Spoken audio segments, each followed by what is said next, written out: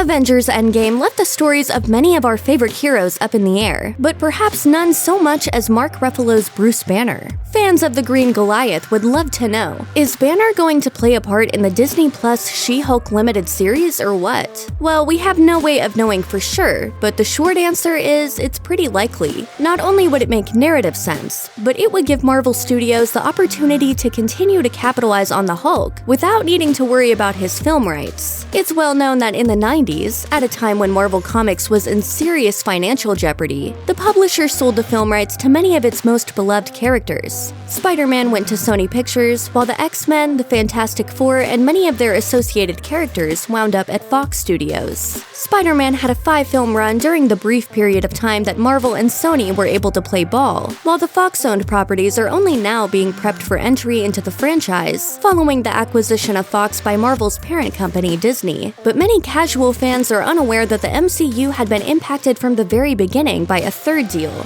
the one that Marvel made with Universal for the Hulk's film rights. That's how the Ang Lee 2003 Hulk was made, and the agreement is also the reason why 2008's The Incredible Hulk was distributed by Universal. The studio had secured the film rights to the Green Goliath in the early aughts, but only for the 2003 film. Following that, the studio retained right of first refusal to distribute, not produce, any solo Hulk picture. Universal retains the right to distribute any future Hulk movies, from now until the end of time, and as far as Disney is concerned, this simply won't do. Nothing in that deal, though, says that Marvel can't use the Hulk as a supporting character, which is why Bruce Banner has been featured in team-up films since the Disney acquisition. So, considering this history, it seems likely that Marvel Studios can use Banner as a supporting character in She-Hulk if they want to do so. It's unclear whether Universal's deal with Marvel covered the character's television rights at all, but considering that Universal hasn't even attempted to make a Hulk TV project in the last couple of decades, we're thinking that it did not. Of course, it's likely that Banner is involved on some level, since She-Hulk's entire origin revolves around her cousin. In the comics, Walter's superpowers come from a blood transfusion given to her by her cousin after the young crusading attorney was shot and grievously wounded by gangsters. Obviously, this scenario will probably be updated in some way, but it would be pretty hard to come up with an origin for She-Hulk which excludes the original Jade Giant. Including Banner in the events of She-Hulk would also help to tie up several narrative loose ends, including those left dangling by the Incredible Hulk. Is Emil Blonsky, aka the Abomination, still sitting in the raft plotting his revenge? Did Samuel Stearns become the leader, or did that weird mutation going on with his head just kind of peter out? We also submit that, although Banner's arc was indeed wrapped up pretty satisfactorily by the events of Endgame, he didn't exactly get a tear-jerking, iconic send-off like Stark and Rogers did. It'd be nice if he could be given a proper goodbye, while at the same time passing the torch to a new Hulk.